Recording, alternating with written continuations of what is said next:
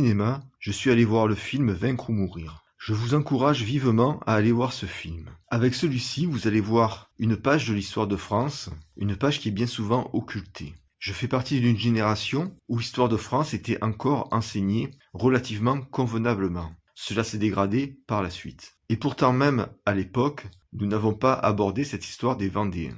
Ou plutôt devrais-je dire, du génocide des Vendéens. En effet, en cours d'histoire, on nous a vendu une fable selon laquelle la Révolution a été une grande avancée. En résumé, je forcie peut-être un peu le trait, avant la Révolution, le monde était horrible, et après la Révolution, tout va bien.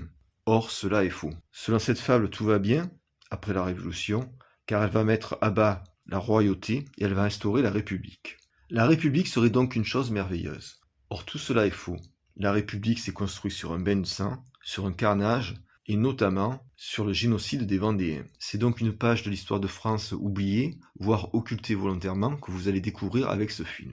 Ce film est très poignant, il est très émouvant. Vous pouvez même avoir avec lui la larme à l'œil. Avec ce film, nous sommes loin des superproductions hollywoodiennes. D'ailleurs, le contraste avec Babylone, dont on peut voir actuellement les bandes annonces, est saisissant.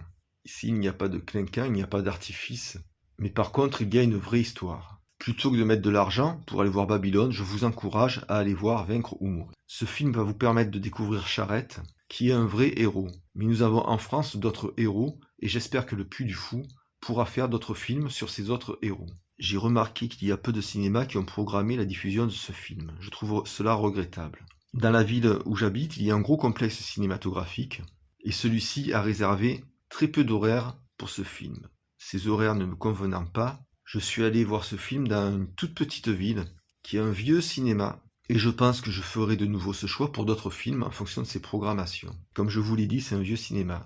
Sans aller jusqu'au fauteuil en bois avec des strapontins, on voit très bien que le confort n'est pas le même que dans un cinéma moderne. Et pourtant, je pense qu'il faut encourager l'existence de ces cinémas. Celui-ci est dans une petite ville, il permet aux habitants de la ville qui ne peuvent pas aller ailleurs d'aller voir des films. Les prix sont aussi très raisonnables.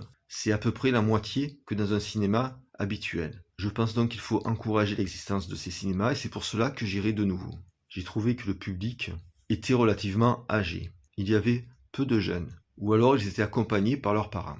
J'ai écouté un peu les conversations des personnes qui étaient présentes. Ils parlaient de politique et de religion, et par religion, j'entends exclusivement la religion catholique. Il y avait d'ailleurs un aumônier et un autre homme de Dieu. Ce sont donc des gens qui s'intéressent à notre pays, à notre passé, à notre présent et à son futur.